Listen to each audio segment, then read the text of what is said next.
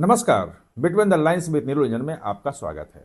आज हम बात करेंगे कांग्रेस की और कांग्रेस में कैसे 50,000 रुपये में विधानसभा चुनाव के टिकट जो है सेल पे लग गए। पूरे मामले को समझेंगे कि कहाँ का है और कैसे है, लेकिन उसके पहले आपसे अनुरोध है कि आप हमारा चैनल सब्सक्राइब कीजिए, बेल आइकन बटन दबाइए ताकि आपको नए वीडियो का नोटिफिकेशन मिल सके, आप उसे देख सकें और हाँ, कमेंट जरूर कीजिएगा। तो ये जो 50,000 रुपये वाली चीज है कि 50,000 रुपये दो और कांग्रेस का टिकट लो, ये कोई नया नहीं है। वैसे ये नया नहीं है, इस बार फिर लागू किया है इन्होंने। पहले इसको देखेंगे तो ये मॉडल कर्नाटक में और आंध्र प्रदेश में और यहाँ तेलंगाना में ये लागू हुआ था। वो 2024 के इलेक्शन में इसका रेट जो था वो 15,000 रुपये था SC ST के लिए, और 25,000 रुपये था वो जनरल कैटेगरी के लिए। कि अगर ये लोग आते हैं तो इनके लिए भाई आपको 25,000 रुपये देना पड़ेगा, तभी आपका टिकट के दावेदार हैं या नहीं है कंसिडर किया जाएगा। ये मॉडल वहां से उभरा था। और तेलंगाना का जो विधानसभा का इलेक्शन था उसमें ये पहली बार मॉडल आया था। तो वहां पे 10,000 रुपये जनरल कैटेगरी का रखा गया था और 5,000 रुपये जो आरक्षित हैं, मतलब रिजर्व कैटेगरी SC ST वालों के लिए रखा गया था। और ये मॉडल जब पैसे वहां आए, और आप देखते हैं कि कर्नाटक में सरकार भी बनी, आंध्रा में तो खैर बनी नहीं थी कांग्रेस की, लेकिन तेलंगाना में बन गई, तो लगा कि ये मॉडल सफल है। और इस मॉडल को चूंकि चुनाव जीत रहे थे, लगभग तय था कि हरियाणा में कांग्रेस जीत जाएगी विधानसभा का चुनाव, ये सभी प्रेडिक्ट यही कर रहे थे। तो यहां पे इन्होंने वो 20,000 और 5,000 का किया कि जनरल कैटेगरी का अगर कोई व्यक्ति टिकट लेना चाहता है कांग्रेस का किसी सीट से, तो वो फॉर्म ले, 20,000 रुपये का डिमांड ड्राफ्ट बना करके जमा करे बाकायदा, और उसके बाद फॉर्म ले, फॉर्म भर दे। और अगर कोई महिला है, SC ST है, तो उसके लिए 5,000 रुपये रखा गया था। और कांग्रेस की बुरी तरह हार हुई। चुनाव में चोरी हुई, ये मतलब वोटों की चोरी, इसकी बात तो कांग्रेस कर रही है, जो उठा रहे हैं राहुल गांधी। लेकिन जो टिकट जो उम्मीदवार है वो वही होगा जो 20,000 रुपये पहले देगा हरियाणा में, इसकी बात कभी नहीं हुई। और ये अब फॉर्मूला आसाम में आ गया है। अभी तमिलनाडु में का पता नहीं है, अभी आया नहीं है, वहां पे भी घोषणा नहीं हुई है। हो सकता है कि इस बार सरकार बनने की संभावना केरल में भी है, कही जा रही है बात कि 10 साल से बीजेन की सरकार वहां पे है, LDF की, लेफ्ट डेमोक्रेटिक फ्रंट की। तो इस बार जो कांग्रेस के नेतृत्व वाला जो UDF है, यूनाइटेड डेमोक्रेटिक फ्रंट है, उसकी सरकार आने की उम्मीद ज्यादा जताई जा रही है केरल में। तो हो सकता है कि ये फॉर्मूला केरल में भी हो कि भाई जो भी टिकट लेना चाहे तो इतने पैसे देने पड़ेंगे।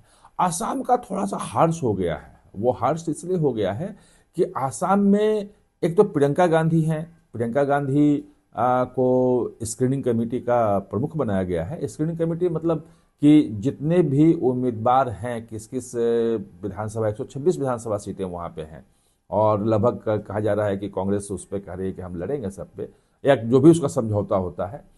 तो उसमें से 126 में से कौन कौन से कैंडिडेट हैं, किस किस सीट पे किस किस दावेदारी है, किसकी मजबूत है, वो तमाम इक्वेशन जो है, वो समीकरण जो बिठाने पड़ते हैं, जातीय समीकरण है, क्षेत्रीय समीकरण है, बाकी समीकरण देख करके वो टिकट तय होता है कि किस सीट से किस उम्मीदवार को उतारा जाए, सिंबल दिया जाए।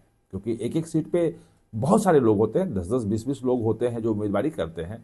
और उसमें कहा जाता है कि 5 7 तो बहुत मतलब तगड़े कंटेंडर होते हैं कि उनको अगर टिकट, उनको लगता है कि हमें टिकट मिलेगा ही मिलेगा और हम जीतेंगे ही जीतेंगे। तो ऐसे भी होते हैं, बाकी 20 25 भी होते हैं जो उम्मीद करते हैं कि उन्हें टिकट मिला जाए, वो दावेदारी करते हैं। तो उन तमाम दावेदारियों को मद्देनजर रखते हुए सबका बायोडाटा देख करके जमीनी हकीकत क्या है, इक्वेशन सामाजिक क्या है, वहाँ पे धार्मिक इक्वेशन क्या है, ये सब देख करके स्क्रीनिंग कमेटी जो होती है वो टिकट फाइनल करती है। क्योंकि आसाम में 10 साल से हेमंत भी मतलब भाजपा की सरकार है। पहले 5 साल तो सर्बानंद सोनोवाल मुख्यमंत्री थे, अभी पिछले 5 साल से हेमंत भी शर्मा हैं। और माना जा रहा है कि हेमंत भी शर्मा के नेतृत्व में ही भाजपा वहां चुनाव लड़ेगी। कांग्रेस ने इधर से गौरव गोगोई को आगे उतारा है, जो असम प्रदेश कांग्रेस कमेटी है, उसका प्रमुख भी बनाया है। और नया जो ऑर्डर आया है वो कहा जा रहा है कि गौरव गोगोई के निर्देश पर ही आसाम प्रदेश कांग्रेस कमेटी ने नया ऑर्डर जारी किया है और इसमें किसी को छूट नहीं दी गई है। इसमें सीधे सीधे कहा गया है कि भाई आप फॉर्म अगर आपको चाहिए, आपके आपके नाम पे अगर कांग्रेस विचार करे कि आपको टिकट दिया जाए विधानसभा का, तो पहले 50,000 के डिमांड ड्राफ्ट के साथ ही फॉर्म आपका एक्सेप्ट होगा। किसी का भी नाम प्रियंका गांधी तक तभी पहुंचेगा जब वो पहले 50,000 रुपया दे दे, चाहे जितने भी कैंडिडेट हो। और सबसे बड़ी बात यह है कि इसमें किसी को छूट नहीं दी गई है। होता तो पहले बताया कि हरियाणा में छूट दी गई थी कि महिला अगर कोई उम्मीदवारी कर रही है तो उसको जनरल के लिए 20,000 था, तब महिलाओं के लिए 5,000 था। SC ST की रिजर्व सीटें जो होती हैं उसके लिए 5,000 था। वहाँ SC की भी रिजर्व सीटें हैं, ST की भी रिजर्व सीटें हैं, ST भी पॉपुलेशन वहाँ ठीक ठाक है, महिलाएं लड़ती हैं चुनाव वहाँ पे। लेकिन इन सबको कोई छूट नहीं दी गई है। इनको साफ साफ कह दिया गया है कि आपको 50,000 रुपये देने ही पड़ेंगे।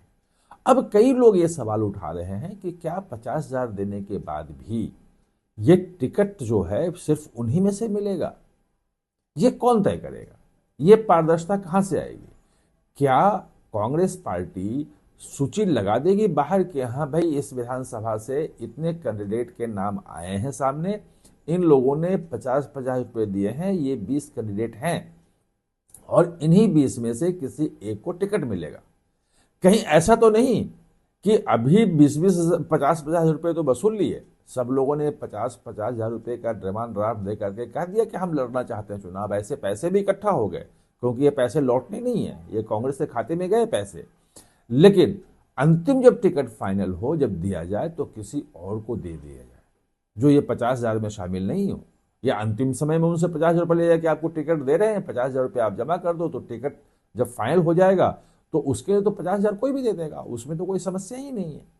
तो ये एक मामला जो है वो आसाम में आया है और बिहार में आरोप लगे थे कि भाई टिकट बेचा गया है और जो खराब स्थिति हुई भाजपा की वो आप देख सकते हैं, भाजपा कह रहा हूँ, कांग्रेस की जो खराब स्थिति हुई आप देख सकते हैं। हरियाणा में टिकट इसी ढंग से बेचा तो वहाँ पे क्या स्थिति हुई वो भी आपने देखा। सिर्फ ये कह सकते हैं कि कर्नाटक और तेलंगाना में ये मॉडल सफल रहा था, लेकिन ये मॉडल आसाम में भी सफल रहेगा ये कहना मुश्किल है। आप हमारे साथ जुड़े इसके लिए बहुत बहुत धन्यवाद। और हाँ, चैनल को सब्सक्राइब करना ना भूलें, इसका बेल आइकन दबाएं ताकि नया वीडियो कोई भी आए तो उसका नोटिफिकेशन समय पे आपको मिल जाए।